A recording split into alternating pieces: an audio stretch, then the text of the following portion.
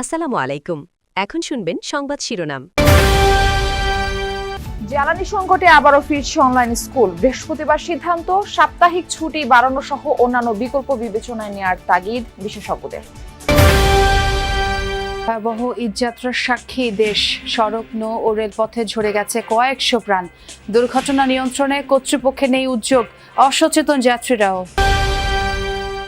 ইরানের ইস্পাহানে 2000 পাউন্ডের bunker buster ফেলছে যৌথ বাহিনী। দুবাই বন্দরে কুয়েতের তেলবাহী ট্যাঙ্কারে ইরানের হামলা।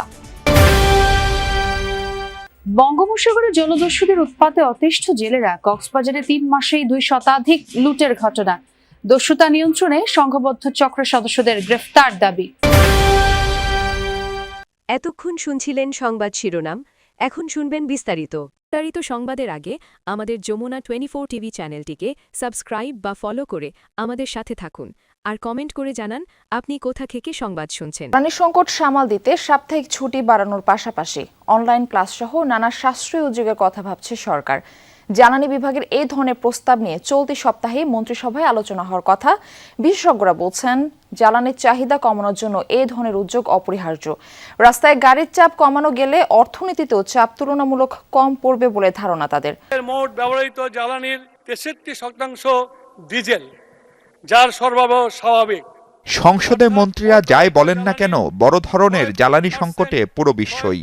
পূর্বাভাস, খুব সহসায় বিশ্ববাজারে কমছে না তেলের দাম। এ অবস্থায় বিভিন্ন দেশে এরই মধ্যে তেলের ব্যবহার কমাতে নেওয়া হয়েছে নানা উদ্যোগ। কয়েকটি দেশে বেড়েছে সাপ্তাহিক ছুটি, চালু হয়েছে হোম অফিস, অনলাইন ক্লাস, এমনকি ব্যক্তিগত গাড়ি ব্যবহারে নানা বিধিনিষেধ। কিছুটা দেরিতে হলেও সেই পথে হাঁটতে চায় বাংলাদেশ।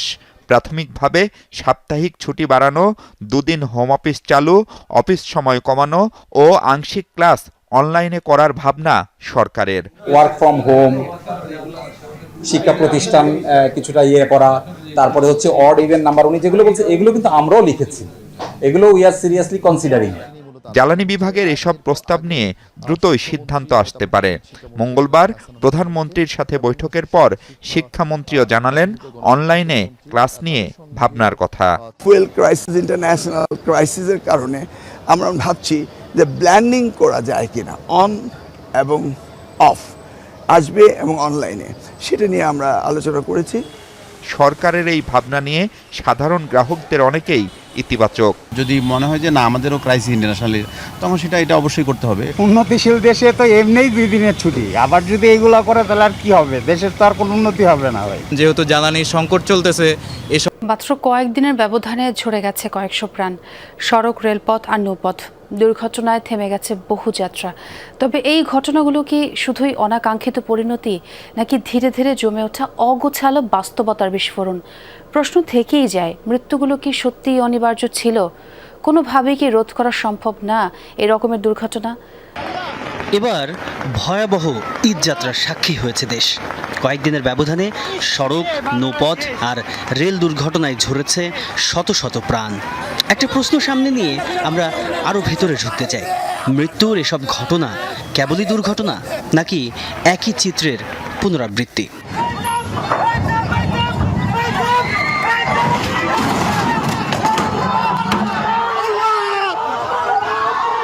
পাটুরিয়া দৌলতদিয়া ফেরিঘাট এই মুহূর্তে দেশের সবচেয়ে ব্যস্ত ফেরি রুট। এই কদিন আগেই দৌলতদিয়ার 3 নম্বর ঘাটে তলিয়ে যায় একটি বাস, ঝরে যায় 26টি তরতাজা প্রাণ। একটা ফেরি ছিল আর কি, উনি চাইছিল এনে ভিড়াবো, গাড়ির নামবে আর ধুয়ে যাবো, উনি ব্রেক ফেলে মারতেস। আপনারা দেখেন যে সমস্ত ডাল, এই সমস্ত হাই লোড হইলে খুব কষ্ট। পল্টনেতে যখন ফেরির উপরে গাড়ি ওঠে, তখন আপনার গাড়ির ওয়েট আর ফেরি তো পানির অত ভারসাম্য নেই, ওই ফেরি নিচে হয়ে যায়, যার কারণে আপনার ওই গাড়ির পিছন বেঁধে যায়। গতদিন যেটা দেখেছি, যেটা গাড়ি যখন চলে গেছে সোজা, যে যাত্রীগুলো উঠেছে তারা জানলা দিয়ে বের হওয়ার চেষ্টা করেছে। অনেকে তারা বলেছেন যে জানলার পাশে যে রড থাকার কারণে তারা বেরোতে পারেনি। ঘটনাস্থলে গিয়ে দেখা যায় যে র্যাম্প দিয়ে পন্টুনে ওঠানামা করে যানবাহন, তা যথেষ্ট নিরাপদ নয়। র্যাম্পগুলো পিচ্ছিল, আবার সামনে নেই কোনো নিরাপত্তা বেষ্টনী। এখন দুর্ঘটনা করছে, এখন সবাই আসতেছে। ইস্পাহানে 2000 পাউন্ডের বাংকার ব্লাস্টার বোমা ফেলেছে যুক্তরাষ্ট্র ইসরায়েল যৌথ বাহিনী। একের পর এক বিস্ফোরণ হয়েছে কয়েকটি সামরিক স্থাপনায়। মঙ্গলবার ভোরে মাউন্ট সাফায় টার্গেট করা হয়েছে একটি গোলা বারুদের ডিপো। কেশম দ্বীপের কাছে একটি কার্গো নৌযানে হামলায় নিহত হয়েছে 8 জন। তেহরানে বিমান শিল্প সংস্থার কাছে বোমা বর্ষণ করে যৌথ বাহিনী। মেহেরাবাদ বিমানবন্দরের কাছেও হয়েছে একাধিক হামলা। আরদাকানে আগ্রাসনের শিকার একটি কারখানা। মধ্যপ্রাচ্যের বিভিন্ন দেশে হামলা চালিয়ে জবাব দিয়েছে ইরান। 10টি ড্রোন ও 9টি ব্যালিস্টিক মিসাইল ছুড়েছে সৌদি আরবকে লক্ষ্য করে। বেশিরভাগের টার্গেট ছিল পূর্বাঞ্চলীয় প্রদেশ, যেখানে 90% জ্বালানি স্থাপনা রয়েছে। এছাড়াও আল খার্জ লক্ষ্য করেও ছোড়া হয়েছে ক্ষেপণাস্ত্র, যেখানে রয়েছে যুক্তরাষ্ট্রের প্রিন্স সুলতান ঘাঁটি। 4টি ব্যালিস্টিক মিসাইলের টার্গেট হয়েছে রিয়াদ।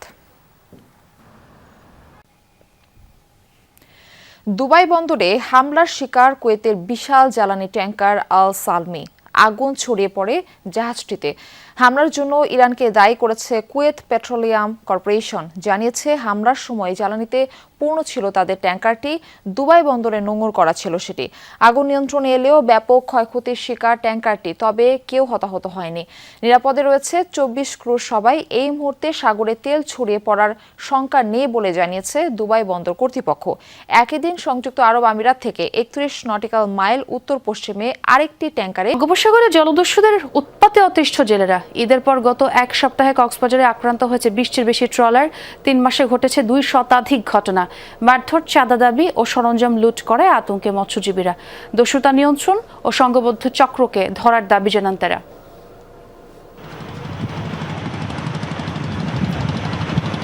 ঈদের পর থেকে গত এক সপ্তাহে জলদস্যুদের কবলে পড়েছে কুতুবদিয়ার এফবি মায়ের দোয়া, আল্লাহর মালিক সহ বিভিন্ন উপজেলার অন্তত 20টির বেশি মাছ ধরা ট্রলার। মাঝি মাল্লাদের অভিযোগ, তাদের মারধর করে ট্রলারের সরঞ্জাম, মাছ, তেল লুট করে নিয়ে যায় জলদস্যুরা। এর আগে গত 25 ফেব্রুয়ারি কুতুবদিয়ার এফবি আজুব আক্তার মানু নামে মাছ ধরা ট্রলারে জলদস্যুদের গুলিতে নিহত হয় খোকন নামে এক জেলে। এ অবস্থায় আতঙ্কে আছেন জেলেরা। মাছ তার লগে টিয়া পয়সা আসলে লগে হয়, তার মোবাইল জল এগুলো লগে হয়। এই বুড়োর মানুষের মারধর করে আর কিছু মানুষ মারি ফেলে, কিছু মানুষ ট্যাং বাই দিয়ে দেওয়ালের এই কুম মারে, মানে বুড়োর মানুষরে তো মারিয়ে ফেলে। তো মাছ তার নিয়ে যায়, সব নিয়ে যায়। মানুষের জিনিসপত্র বেগিন লগে বুড়োর মেশিন টেশিন নষ্ট করে ফেলাই, মানুষের কিশোর তুয়াই পায়, কিশোর তুয়াই না পায়, এগুলা করে ফেলাই। ভুক্তভোগীদের অভিযোগ, জলদস্যুরা সাগরে ডাকাতির পাশাপাশি মোটা অঙ্কের চাঁদা দাবি করে মাঝি মাল্লা ও ট্রলার মালিকদের হুমকি দিচ্ছে। মাছ ধরার নিষেধাজ্ঞার সময় সামনে রেখে জলদস্যুদের উৎপাত বেড়েছে।